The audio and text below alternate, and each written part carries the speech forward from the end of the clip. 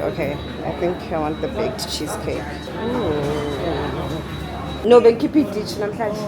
Yeah, bangidischarge nini last week. No, ngisaphila Shemez, akufani. Yazi akufani. Yo,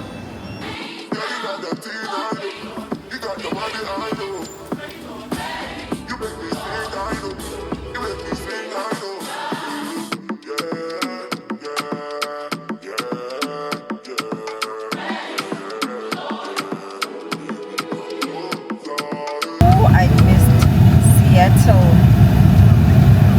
Coffee Company. Best coffee in the world.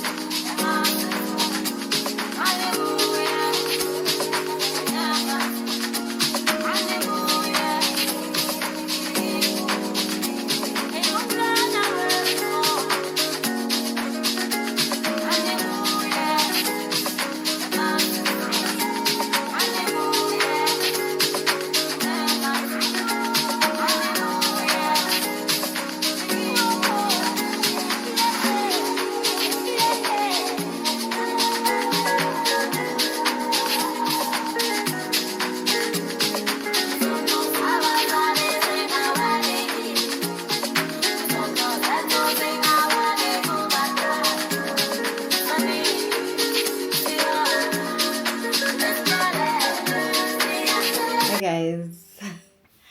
Hi. So I get out of breath like overdoing a few things. I just came from my room into the lounge.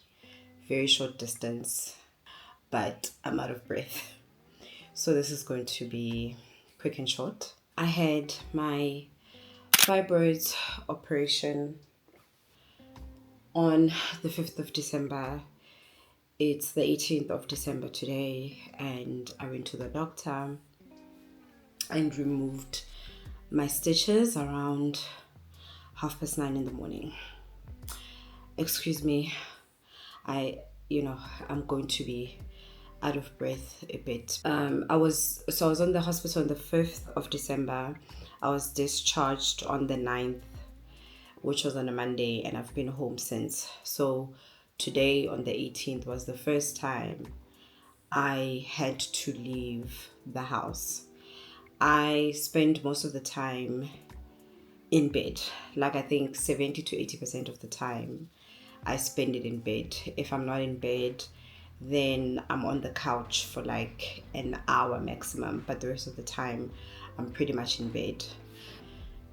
I had already established a routine. I drink my first set of pills in the morning, then I pass out, fall asleep, drink another set during the day. Those make me pass out for an hour or two, and then I'm alert and alive. And then I drink the last set around 8 o'clock, and then I pass out and I'm asleep. So spend most of the time in bed. So going out today was great. Like, I think the first thing you realize, it's just like getting in the car. Such a simple thing, but I needed to sit down and get in the car and figure out how to place my seatbelt so it doesn't, touch my wound, or even if it does, but it's not too painful. These are things, putting on a seatbelt is not a thought. You just put it on, carry on with life. But today was a thought. And then we drove out. And then you realize life really does go on.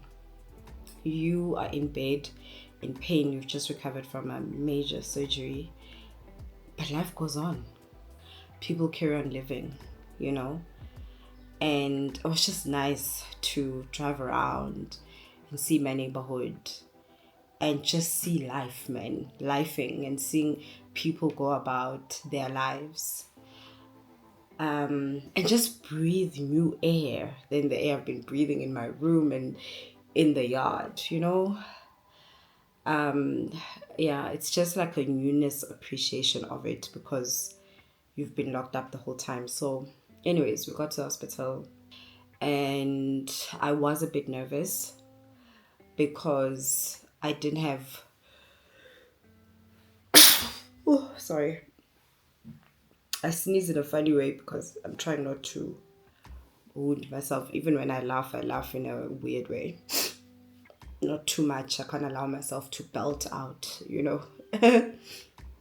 Anyways,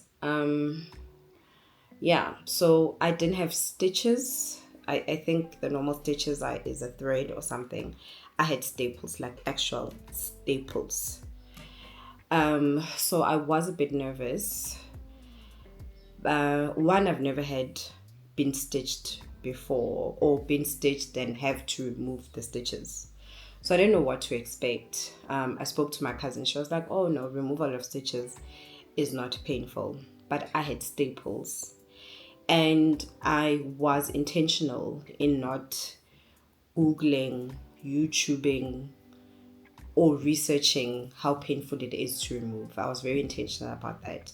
I wanted to get to the doctor and be briefed then about what to do.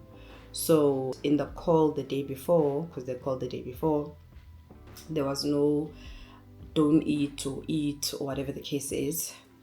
It was just like, okay, we're just confirming you're still making it at 9.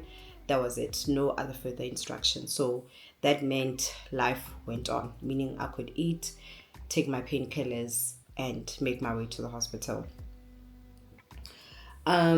So when I got into the doctor's room, the doctor was like, this is going to be quick. I'm just going to attach, clip to the staple, and then kind of pull it, but not hectically. My mom had already explained that. And even with her explaining it, I was intentional about only asking her on our way to the hospital. I just didn't want to overthink it. So he then started the process, but it was a quick process. There were one or two that were uncomfortable because they were wiggly or whatever. One or two. The rest was really pop off, pop out, pop out, pop out. Just removing staples. So now it means that I can take a bath or a full bath and shower. This whole time I'd been washing myself on the sink because I was not allowed to get the band-aid wet. So it was just on the sink, you know what to do. Just wash yourself on the sink. But now I can take full showers and full baths. So that's the one change that I'm welcoming very much. The wound seems to be healing properly, according to the doctor and my nurse. The doctor and my mom, she was like, it really looks good considering the kind of operation that we had. So they're hoping that it will heal quite well in a few weeks. I got a new set of painkillers. The initial set of painkillers have finished, so the doctor prescribed new ones. At least I don't have to do the one that I have to stick up my bum. Thank goodness I don't have to do that anymore. So I still have my iron tablets and 2 painkillers. What else? Everything else kind of remains the same. I'm still booked off for the time that I'm booked off. I still need to try, now that the stitches are out, I can now try more to move around. So that's how my day was. I did a lot of singing and dancing in the car. And I think once we got back home, I was like, wow, like, thank you for life.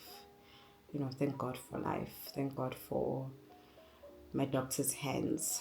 Thank God for my mom and her support. Thank God for, I think it rang on me again once I went to the doctor that I went through a major surgery. Like, major. He reminded me again how he was stressing about it.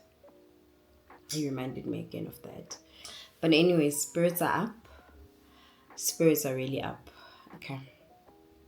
I'll see you soon. Ngijonge emkomelweni wokubizwa okukhulu kwaphezulu. Yes. uNkulunkulu kuJesu Kristu. Amen.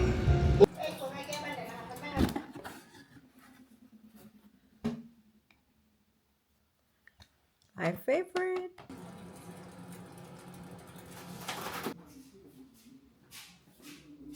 Hi, welcome to Tato's channel. Please remember to like.